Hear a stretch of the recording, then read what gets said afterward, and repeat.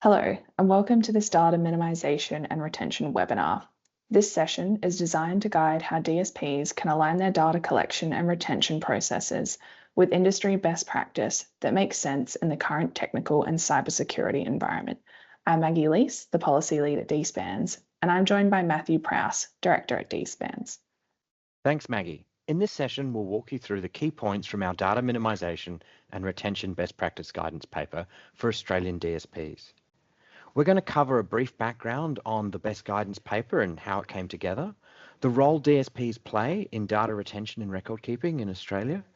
We'll provide some insights into best practice data minimisation and retention for software developers working in both Australia and New Zealand, and we'll identify some of the key challenges and what we can do to overcome them. We'll start with a quick overview before we get into the details. Maggie, why did DSPANZ start thinking about data minimisation and retention? After a few high-profile cyber attacks across 2022, we started to see changing attitudes toward data privacy and collection in Australia. There are a lot of people impacted and a lot of people, questioning how much data the services they interact with collect. At this time, we also started to see the potential outcomes from the Privacy Act review. DSPs in this time were navigating the rising costs of data storage and the increasing amounts of data they are expected to collect and retain due to digital transformation in the business software space. These events are why DSPANZ began working with the ATO and DSPs in 2023 to help the business software industry navigate the best way forward while supporting their customers. After consultation, we officially published the best practice guidance in 2024. And Maggie, can you give us a quick overview of the best practice guidance? Yes, I sure can. We have a summary of the recommendations for DSPs up on the screens now. As a quick overview, essentially the guidance ensures that DSPs enable customers to access and retrieve their data before it's deleted, and that they are well informed about this process and how DSPs retain and delete customer data. We also provide the best practice time frame for deleting historical data if DSPs want to consider this. Maggie, accepting that DSPs don't sign up to be the National Archives, who does this guidance apply to? The best practice guidance is for DSPs that provide tax, accounting, reporting, payroll, superannuation, point of sale, e-commerce, and e-invoicing software services or solutions. It's a big list, but businesses commonly rely on these platforms to support their record-keeping practices. However, any software provider can actually benefit from this guidance. The best practice guidance highlights that legislated record-keeping requirements do not generally apply to DSPs. The ATO's operational security framework requires DSPs to retain their audit logs for 12 months, but that's about it. However, DSPs follow record-keeping obligations to support their customers. Can you tell me more about the role DSPs play and what it means for best practice data retention? Sure thing, Maggie. So first of all, I acknowledge we live in a connected digital economy where most businesses, employers and taxpayers rely on electronic systems to store their records that they use for other things, capture and record business processes. In fact, there's an increased reliance on software to enable a business to run those day-to-day operations and meet a range of legislative and regulatory obligations. The software they use captures, processes and stores a wide range of business processes and financial records to support customers. However, DSPs don't exist in legislation. The record-keeping requirements that exist in Australian law apply to taxpayers or employers. They do not apply to the software that they use. Through a number of big government projects, such as single-touch payroll, we've effectively mandated the use of payroll software, but the record-keeping obligations in law still speak to paper-based records. In fact, if we leverage the terminology from the European Union GDPR, DSPs act as data custodians for customers.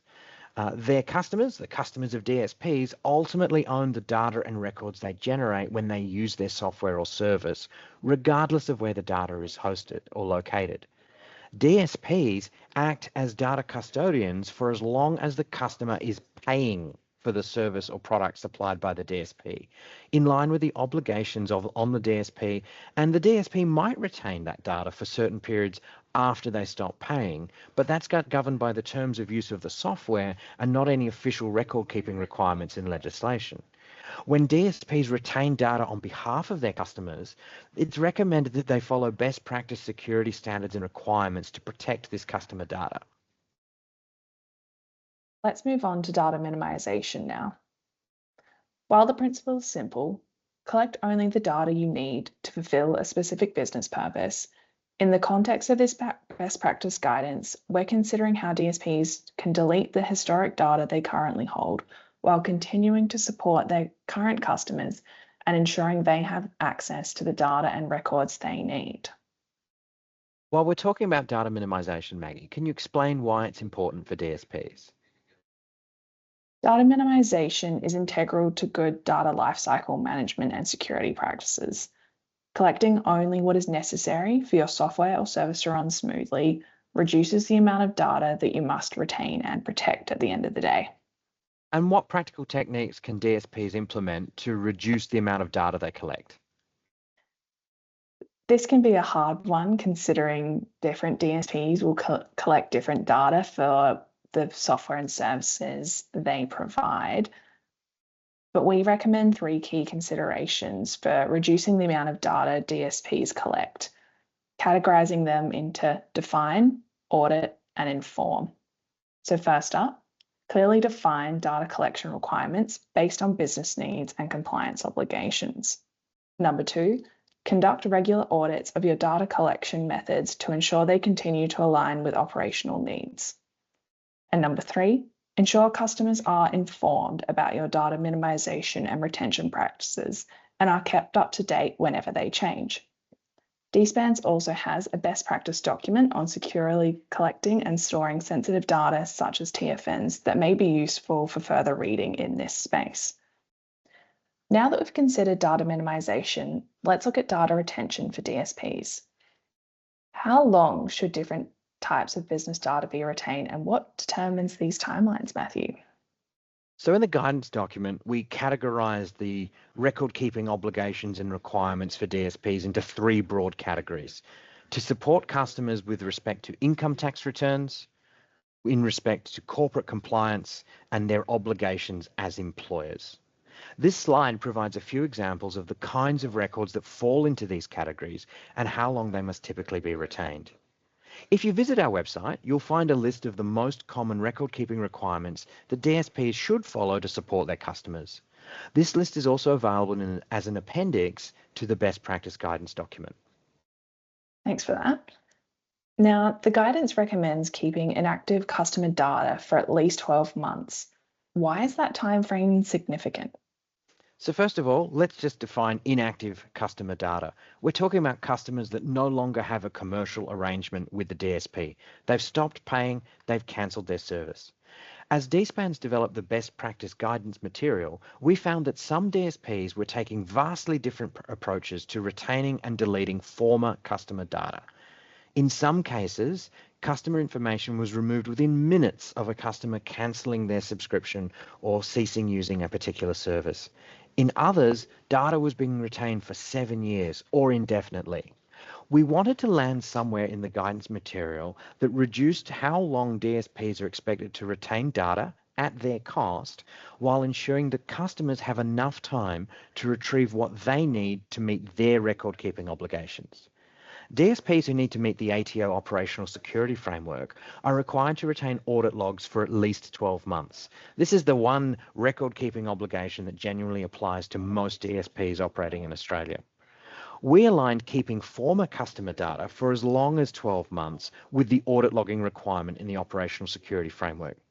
This means if an incident does occur and it impacts an inactive or former customer, the data and the audit logs are available to help with the investigation.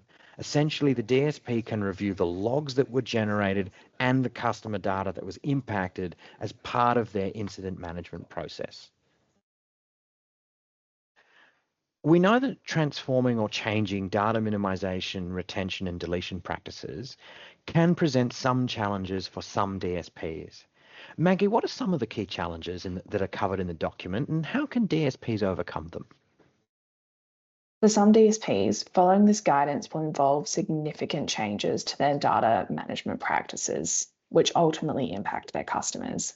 DSPs will need to communicate with their customers about their roles and responsibilities, ensuring that they're informed about how they can access their data when they need to, particularly if they stop being a customer. We also know there will be challenges with deleting all instances of data or records from a system.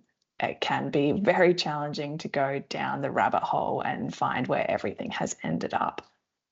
Where this is the case, DSPs could look to anonymize any personally identifiable information that can be found across data sets. And one last challenge for DSPs who allow third-party apps to connect and share data, such as a point of sale system connecting to an accounting software platform, is that DSPs may not have complete copies of the broader tax or business records from that point of sale system. Here, DSPs should advise their customers that they cannot be solely relied upon to access that full data set from their point of sale system. Do you have any challenges or tips to round us out, Matthew? I think the last one is DSPs need to be very mindful of their terms of use and make sure that they say what they do and do what they say with respect to their terms of use. If your T's and C's say that the customer is obliged to keep backups and retain records themselves and can't rely on the software for legal purposes, you need to give them a mechanism to allow them to back up and extract their data for that purpose. Similarly, if your T's and C's say that you don't retain any data for more than 30 days after they stop paying you, or 12 months as we recommend, you need to make sure that you don't have any data after 12 months to follow best practice guidance. So being aware of what your terms and conditions are and how you communicate them to customers, being transparent about them, and being transparent about the data retention process and the data minimization processes in your terms and conditions are going to be really critical as you navigate the kind of change management for you and your paying and your non-paying customers. That's a great call out, thanks. Maggie, we've covered quite a lot around data minimization and retention for DSPs today. Here are the key takeaways. DSPs play a critical role in helping businesses meet their record-keeping obligations and act as data custodians while retaining their paying customers' data. Data minimization practices not only help to minimize how much data DSPs collect, but are also part of good cybersecurity practices. DSPs should take a customer-centric approach to transforming data retention practices and policies and should be mindful of changes to the Privacy Act. What are some of the recommended next steps for our audience, Maggie? We encourage DSPs to download the complete best practice guidance from the DSPANZ website and conduct a review of your data handling practices and policies to implement this best practice guidance. If you do feel the need to reach out, you might have some questions about the guidance or about DSPANZ, contact us at hello@dspanz.org.